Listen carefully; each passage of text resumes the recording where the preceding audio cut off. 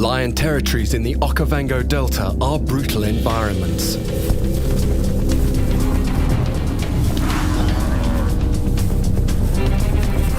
In the Kakanika area, two powerful males exert their rule over a rapidly expanding pride. With many mouths to feed, these lions specialize in killing Africa's most dangerous prey.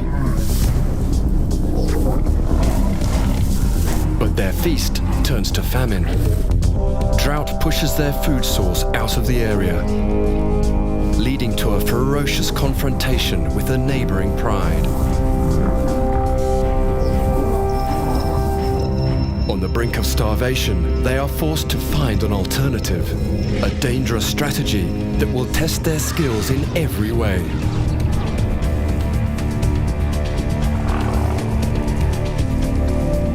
This is the story of a pride in battle.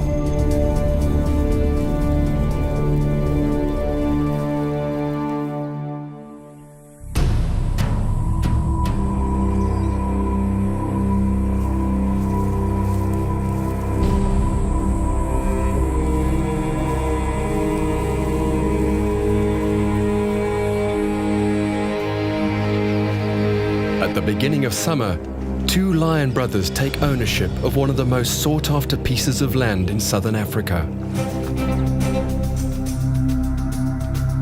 In the heart of Botswana's Okavango Delta, Kakanika is a lush area of islands and floodplains. Its abundance of water and food make it a summer paradise. Previously, the resident pride had been unsettled by a long-running battle for dominance between competing males. As a result, the 6 lionesses had not given birth for over a year.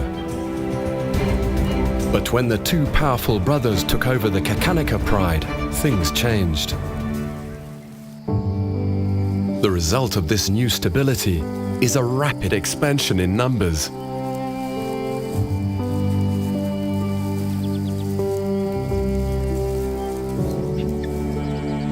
In December, the first 2 females have 5 cubs. 3 months later, another 3 of the lionesses give birth to a further 8 cubs.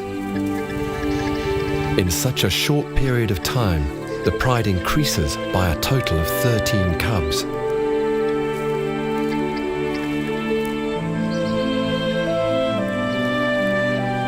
Each female keeps her own litter isolated from the pride for the first 2 months.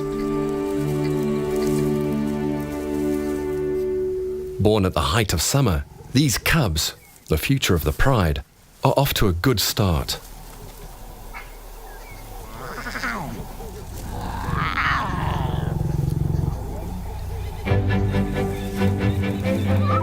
But this unusual bounty of healthy young will cause problems in the long term.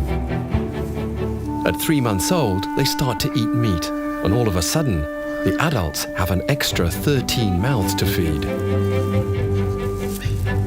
Their mothers have to provide a meal every 3 or 4 days.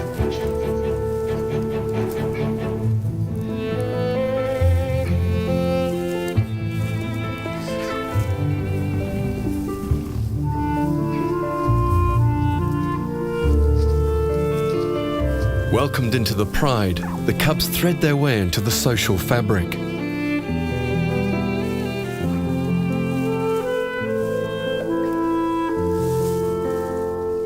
Their life skills are sharpened by their fathers and the games they play with each other.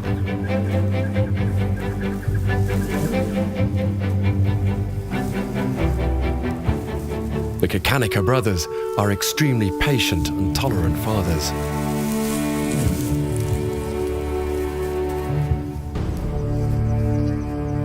But it's the lionesses that form the core of the pride.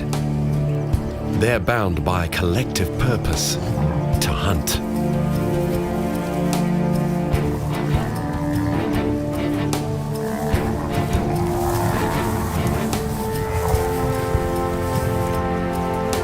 In summer, they target Cape buffalo, abundant in this part of the Okavango.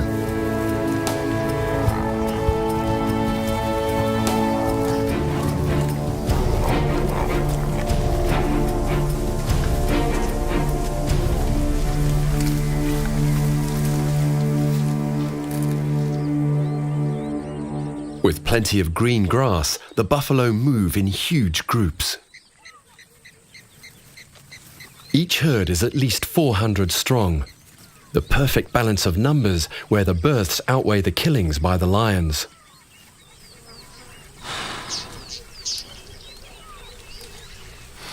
They are one of the most sought after and yet most dangerous prey to hunt. Desirable because the meat of a 1-ton buffalo can feed the entire pride for a week. Dangerous because they are aggressive and their formidable horns inflict fatal wounds. And if the herd stampedes, the lions can't outrun them. But the 6 Kikanika lionesses are experienced buffalo hunters. They know the rules of engagement.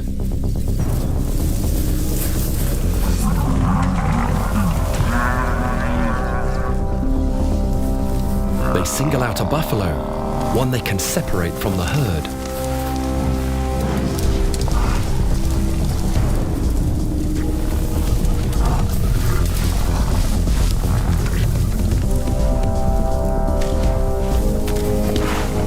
This time, they choose a mother, concentrating their power on bringing her down. They ignore her newborn calf, but it provides a perfect prey item on which the 6-month-old cubs can practice their hunting skills.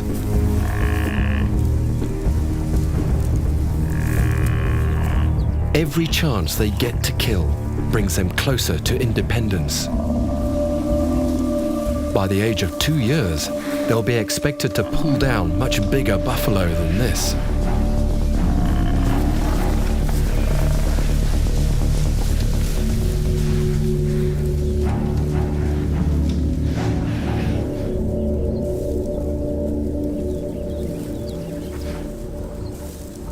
The younger 3-month-old cubs are led to the kill by their mother.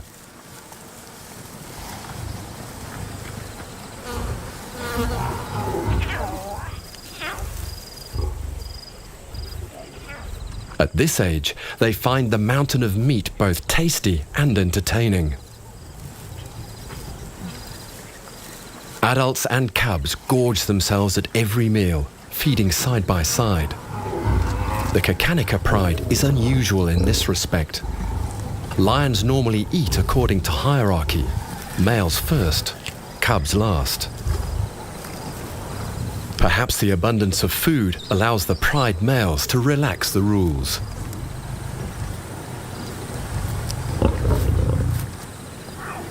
Although at times, a little discipline is needed.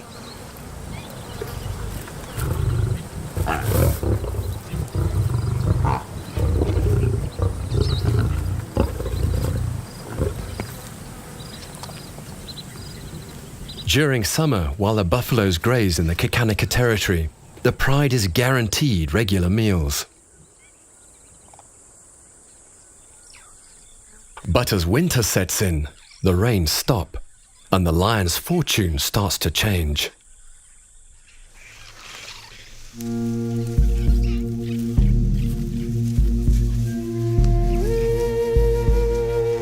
Breeding herds of elephants herald this shift in season.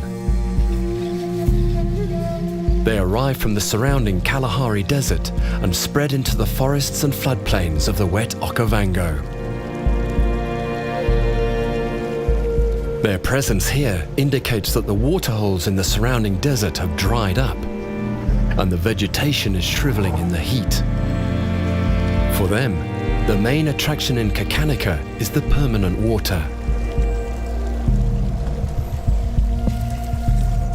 These large animals need to drink between 100 and 200 litres of water a day. Remarkably, they can drink this in 5 minutes by filling their trunks and squirting the water down their throats. For the elephants, a lack of water is the killer, not starvation.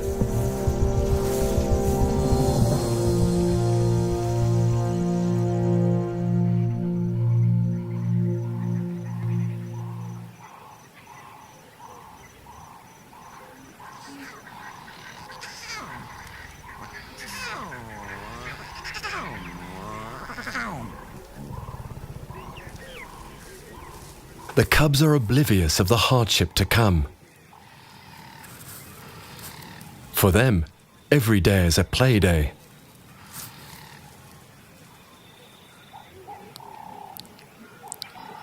With so many siblings and cousins, they keep themselves entertained, while the adults try to rest.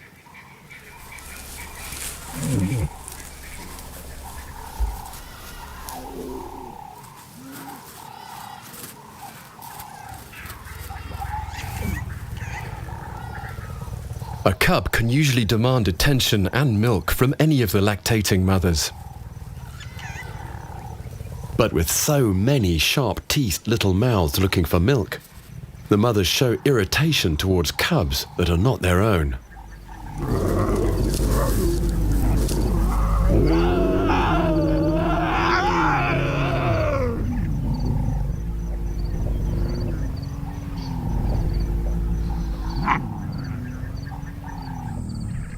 Going into winter, the cubs grow along with their demand for food.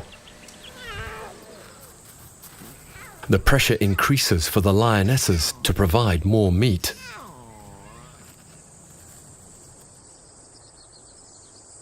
And even the pride males, accustomed to waiting on the sidelines, will need to help.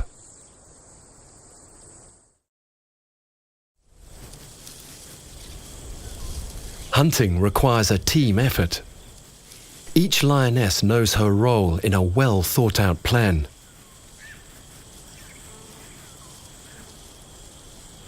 But this strategy has forced the pride to depend on buffalo alone, despite the other choices around them. Hunting giraffes would demand a completely different method of attack. These 4.5-meter tall animals are more alert than buffalo and would spot the lions from far away. The hunters would have little chance to strike. Although giraffes do not have the horns of a buffalo, they possess a kick that can kill a lion instantly. So while the buffaloes are in the Kakanika territory, the lions concentrate on hunting them.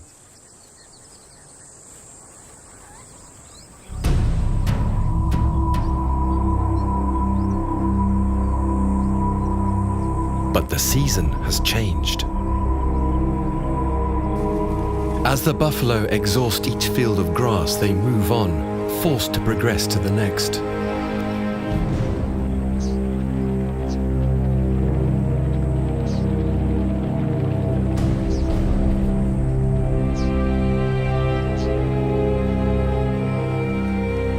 Every day they move a little further from the heart of the Kakanika territory.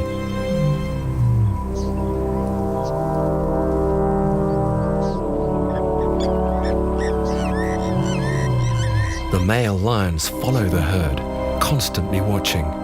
The females and cubs are close by, but nowhere to be seen. On their slow march, the buffalo never notice more than 1 or 2 lions. They have no clue of the looming threat.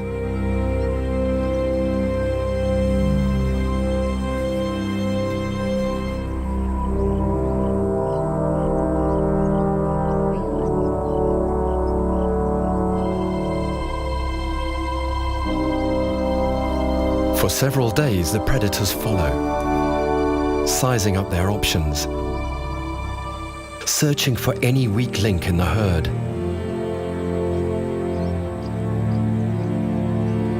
Eventually, they get an opportunity to attack.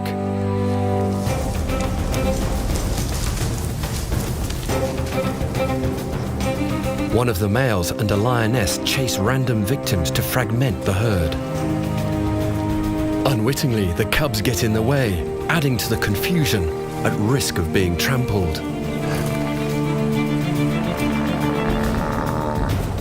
The second male and remaining females attack the intended target.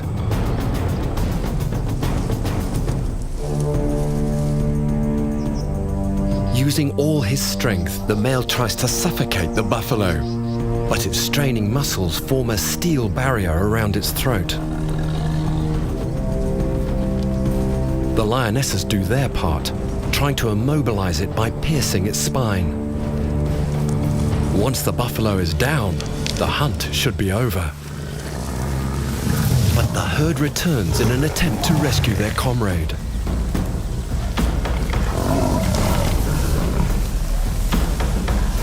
They confront the pride with their formidable armor.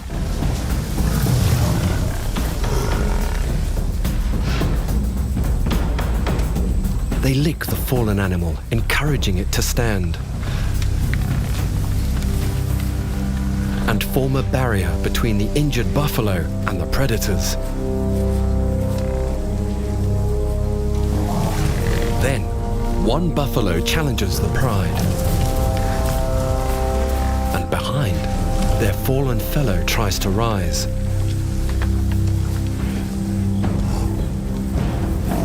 Another buffalo goes on the offensive.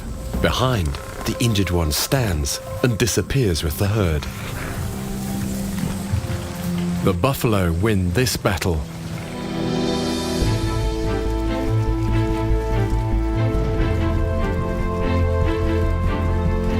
The herd rushes away, putting as much distance as possible between them and their attackers.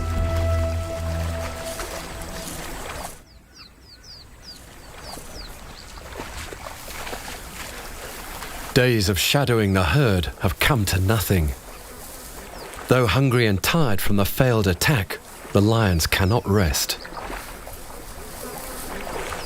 They must close in on the herd as soon as possible to hunt again. There is no time to take the driest route.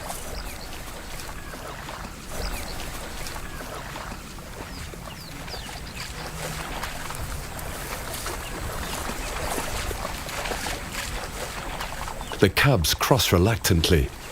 They have to keep up with the adults, but every day that goes past without food weakens them even more. The smallest ones may not be able to keep the pace. And times are about to get tougher. The buffalo are approaching the boundary of the lion's 50 square kilometer territory.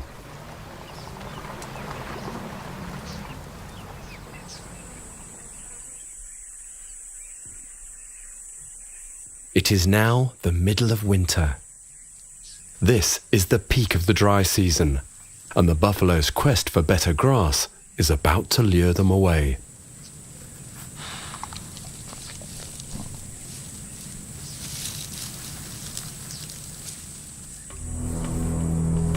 As the cold grip of winter draws the lion food source almost beyond their grasp, the pride constantly looks for a chance to strike. But as the buffalo rest, the lions regroup. Despite their hunger and the harsh climate, the cubs seem untroubled. The lionesses assert their presence. A group roar warns surrounding prides of the power that they hold on this turf.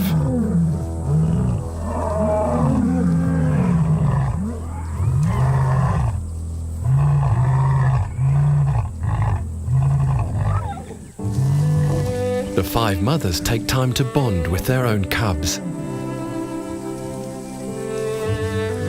The reason for the pause in their pursuit of the buffalo lies hidden beneath a bush. The 6th lioness has given birth to 2 more cubs. This addition brings the numbers of youngsters to an overwhelming 15. 15 demanding, hungry mouths that need to be nurtured and fed during a time when Kakanika is at its most desperate. And the lion's main source of food is slipping away.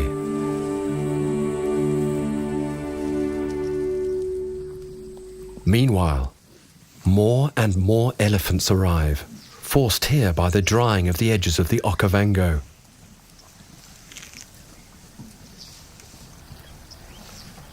They are not fussy eaters, so they can feed on anything that the buffalo leave behind.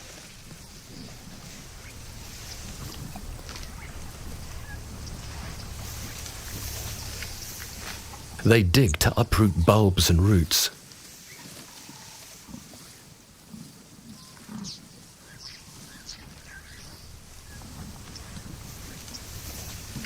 During these desperate times, the two species cross paths. One comes for water, while the other leaves in search of sweeter grass.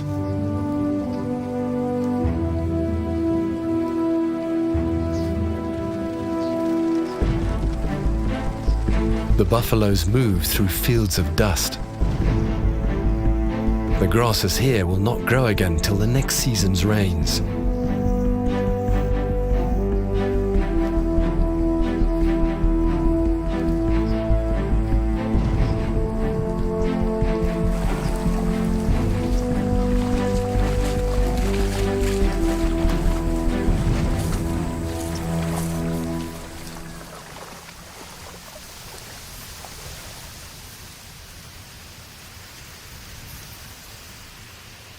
This is the border of the Kakanika territory.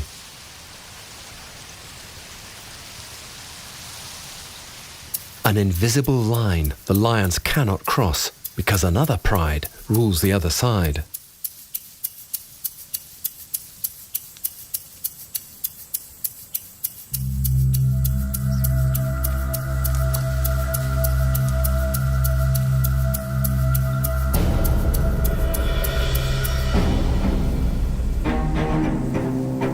But there's nothing to stop the buffaloes from crossing. Desperation drives the Kakanika pride to follow, trespassing in enemy territory. They don't get far before the other pride spots them. The Kakanika female sizes up the situation. One of the Kakanika brothers prepares for a confrontation. Now the buffalo are forgotten. The Kakanikas must make a stand even though they're on foreign ground. The rival pride is at a disadvantage.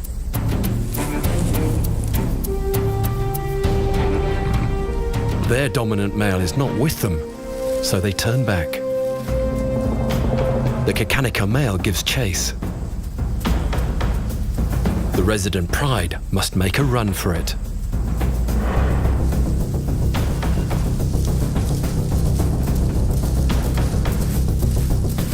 Without their father, the youngsters of the other pride cannot stand up to him. The larger male asserts his dominance.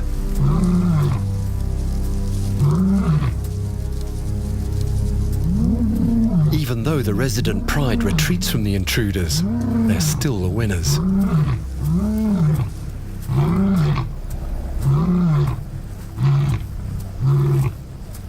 Crucially, their territory now holds the buffalo herd. The Kakanikas amble back to their own turf. Despite all the posturing, the pride can't follow the buffalo. Moving their cubs into enemy territory would be too dangerous.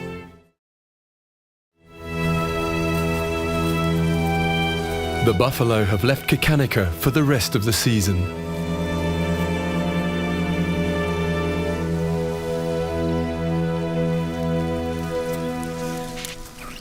For the next 4 months, the lions will share this land with breeding herds of elephants.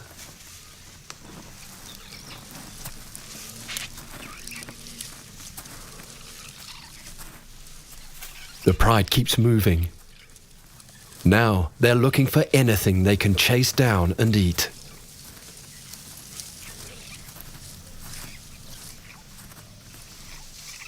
For the moment, they ignore the elephants because they're too large and difficult to hunt.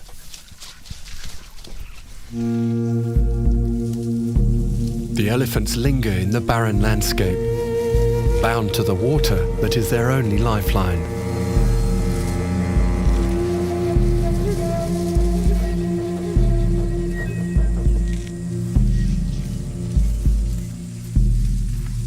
As the herd moves, mothers guard the youngest calves, small enough to be attacked by predators.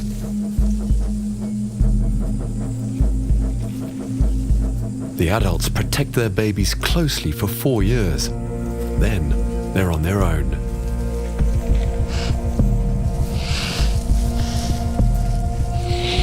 Tasting independence for the first time, juveniles risk wandering off and getting lost. The hungry lions return to the 6th lioness and her newborn cubs. Up to now, they've been too small to follow the pride on their long journeys in search of food. Now 2 months old, the lioness brings the tiny additions to meet their father. But he's grumpy. So small, and weighing only 4 kilograms each, they will compromise the movements of the pride. Their little steps will not be able to keep up. Eventually, some of them will pay the ultimate price. Already, some of the older cubs show signs of weakness.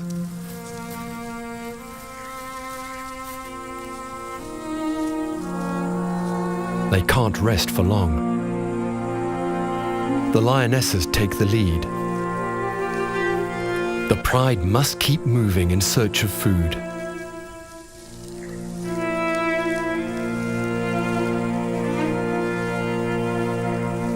It takes a toll on the smallest and weakest members.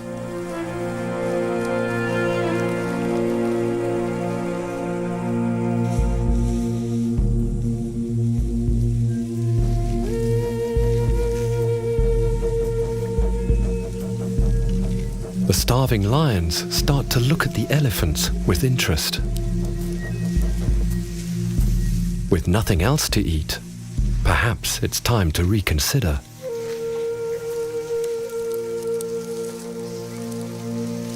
Too tired and weak to keep up with their mothers, the cubs remain together, waiting. They are on the brink of starvation. More than half of them have already died.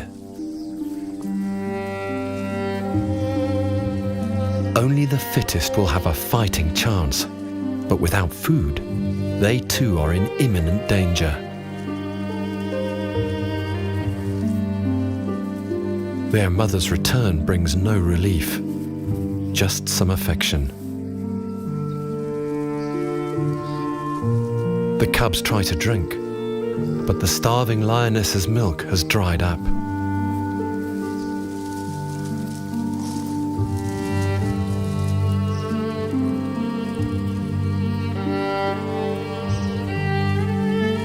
They move from mother to mother to try to suckle, but their desperate tugs only irritate the lionesses.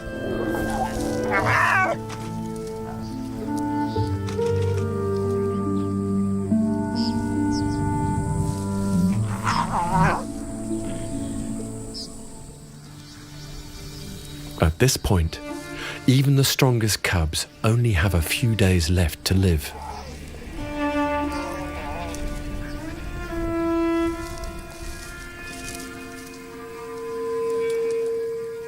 Weak, hungry, and thirsty, they lie defeated.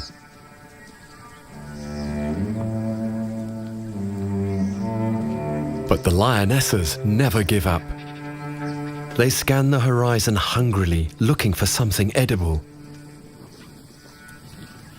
All they see are elephants traveling in tight groups. And the ones small enough to kill are too well guarded.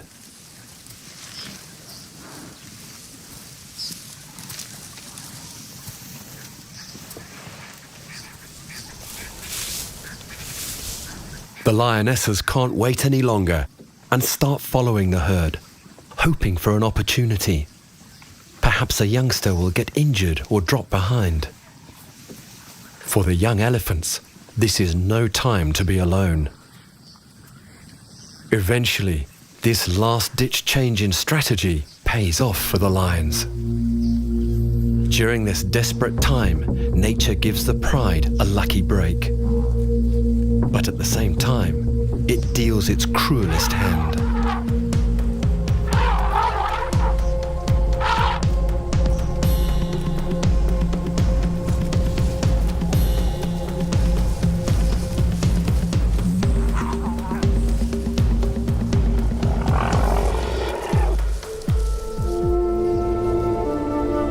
The lionesses drive the 2-ton animal to the ground and hold it down.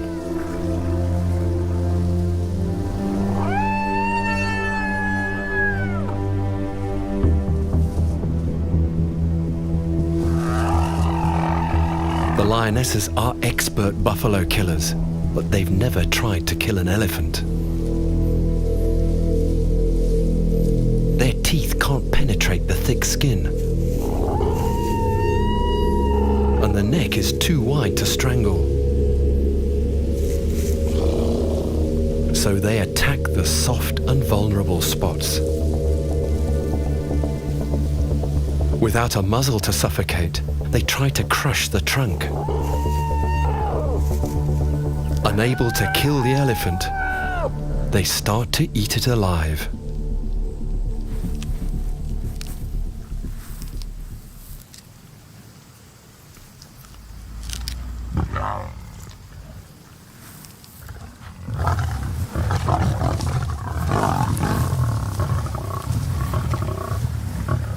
This first real taste of meat after almost a month of starvation revives their stamina, and they fight for their right to every mouthful.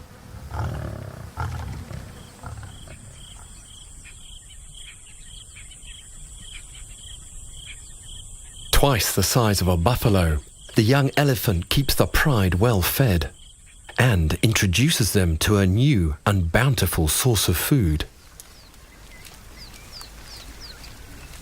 Over the next weeks, the lions work on their elephant-killing techniques.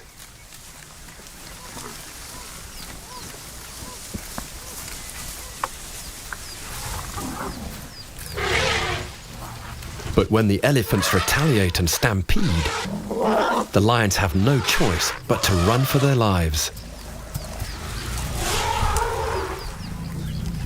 The lions refine their strategy with every hunt, and killing elephants starts to become routine.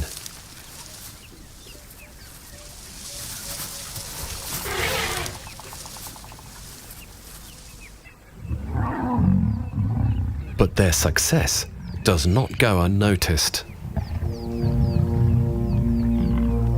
The buffalo have abandoned the entire area, and the neighboring pride, now desperate for food, risk a confrontation.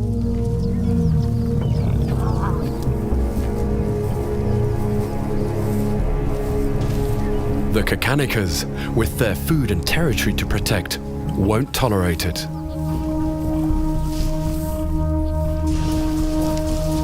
Chasing the intruders isn't enough.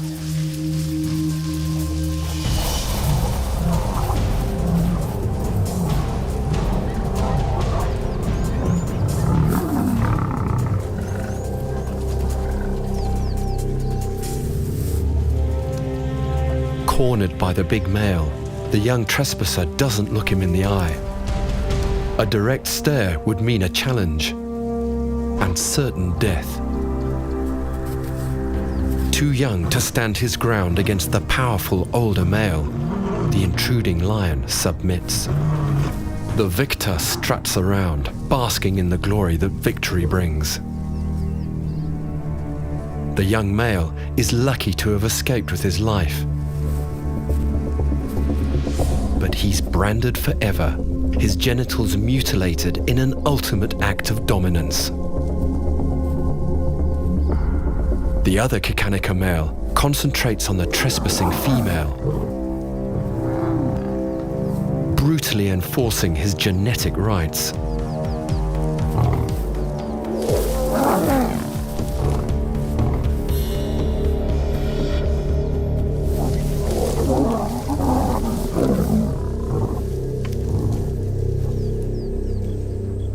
Under the washed-out skies of an excruciatingly hot, dry October, Wave after wave of tired elephants move through the lion's territory. Winter has also taken its toll on the herds.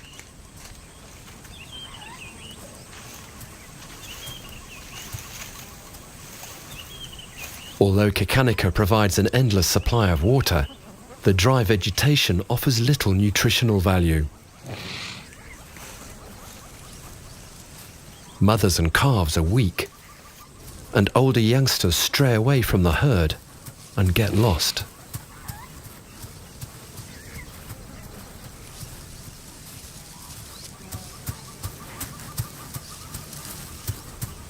The lionesses continue to exploit every opportunity to kill.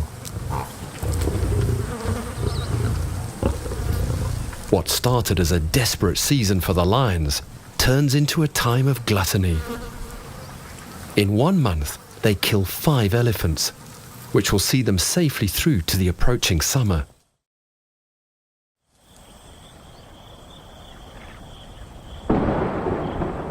It starts off as a flicker. The smell of rain is on the wind. As soon as the drops hit the ground, Kekanika comes alive and the animals return.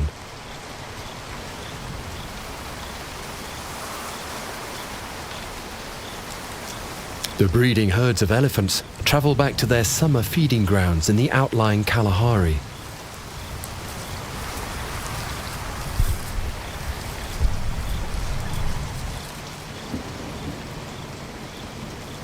Almost magically, the harsh season past seems forgotten in the new spray of green.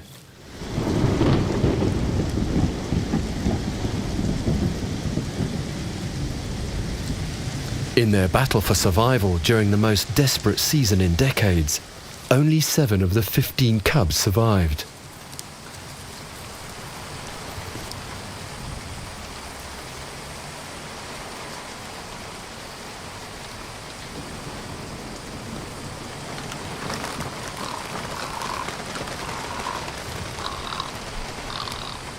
But the spread of fresh, sweet grass tempts the buffalo herds back into Kekanika. The lions eagerly watch their favorite prey arrive. A ton of meat with a softer hide to pierce and a short snout easy to smother.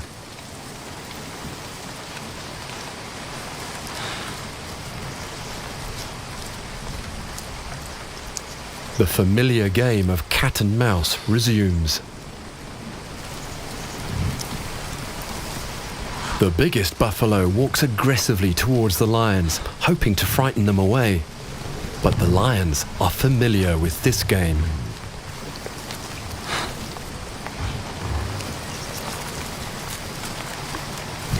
During the next 6 months, the 1-year-old cubs learn to hunt by trial and error.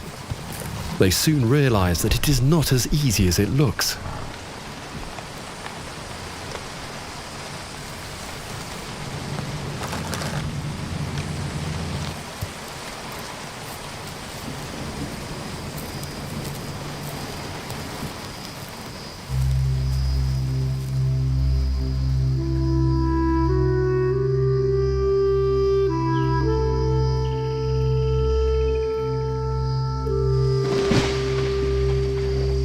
Surviving the harshest season has made the cubs overconfident.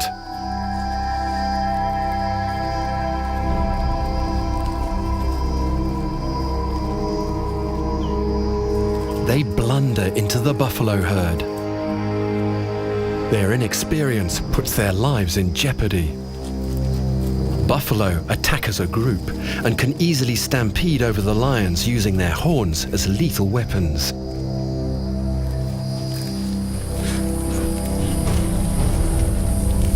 The pride retreats, leaving a cub behind.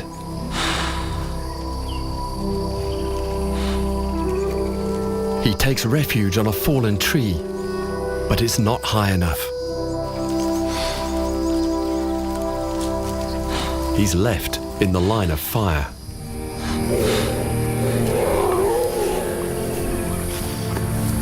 Bravely, he hangs on for his life. Lions hunt together, but if one gets in trouble, it's on its own.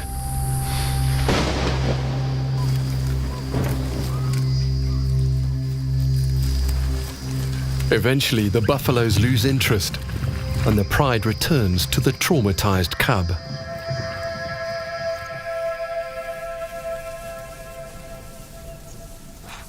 Now that the herds are back, the cubs will learn valuable lessons, and eventually they'll become skilled hunters.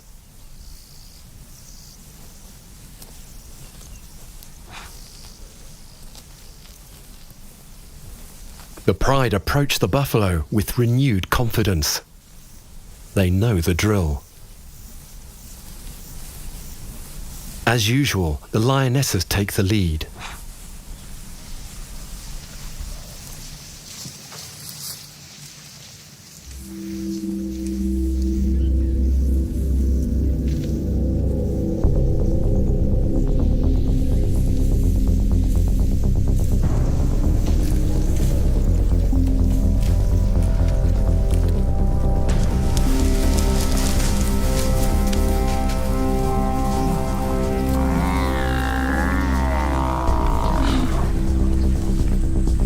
They attack from the rear to avoid the dangerous horns.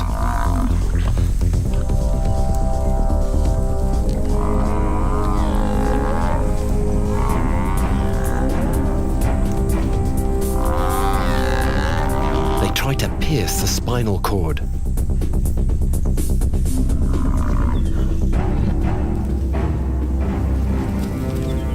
By putting their entire weight on the back, they attempt to pull the buffalo to the ground. The cubs copy their mothers.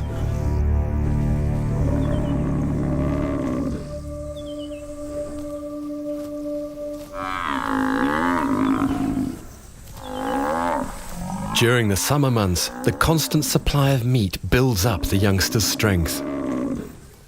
In 6 months, they will be self-sufficient killers.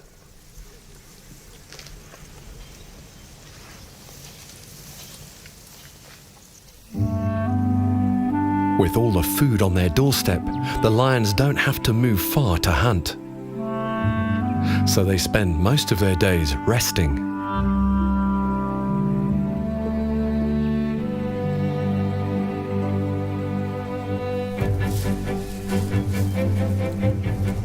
Curiosity awakens the cubs when a pangolin wanders into the pride.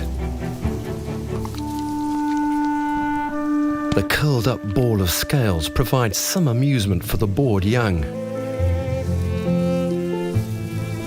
But the pangolin's hard armor protects it from claws and teeth.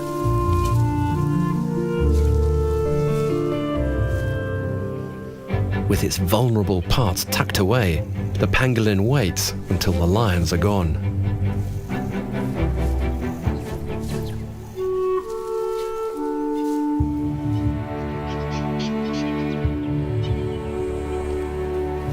By the end of the rainy season, the cubs walk confidently with the adults.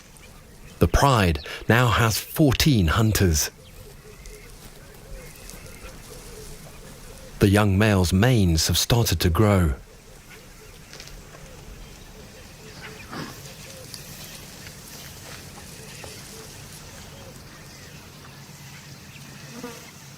They follow their father's every move, learning when to strike, when to wait, when to hide, and when to go out in the open. They're approaching adulthood, and they're ready to test their strength.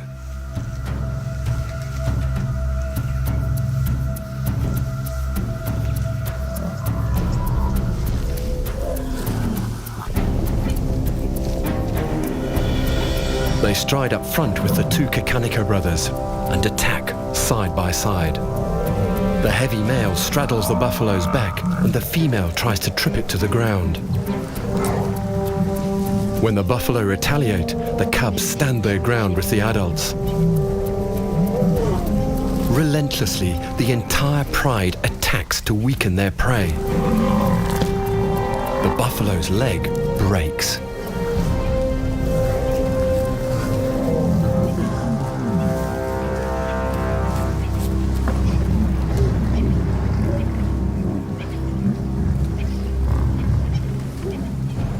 The herd abandons him.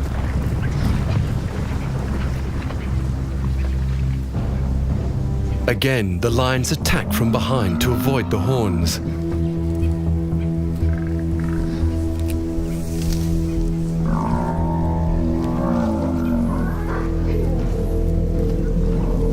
One of the males starts to smother the buffalo. The cubs help their mothers from the rear.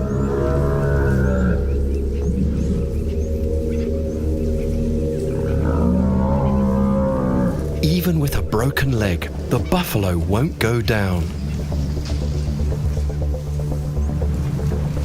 His comrades return, but he cannot walk.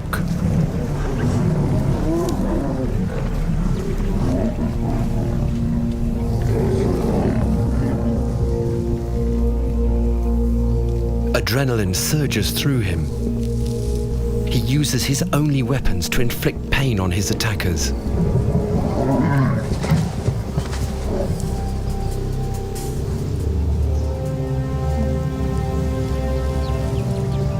Heroically, he tries to stand again, but his efforts are in vain.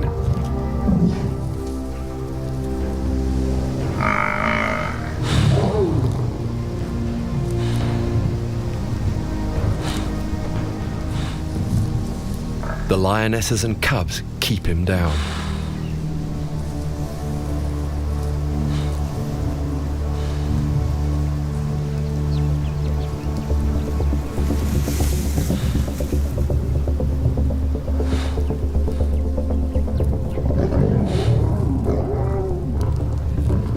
Their objective: to get the buffalo on his back so that the male can finish the struggle.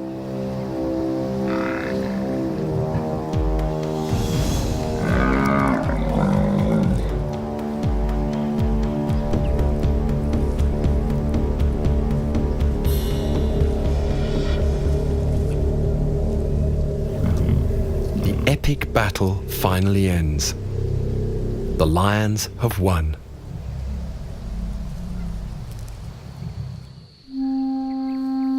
In this ever-changing landscape of prosperity and hardship, the Kikanika pride has found stability again. With the two strong brothers in command and a healthy number of youngsters to ensure the pride's strength, they have come full circle. From desperation comes ingenuity, switching prey to survive the harshest winter they've ever had to endure. But life in the Okavango will always be unpredictable, and their future will never be certain.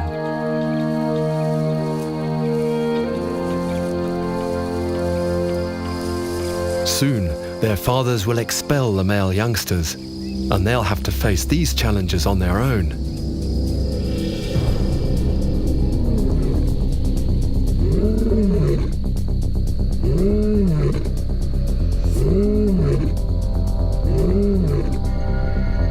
The struggle of the dry season is over,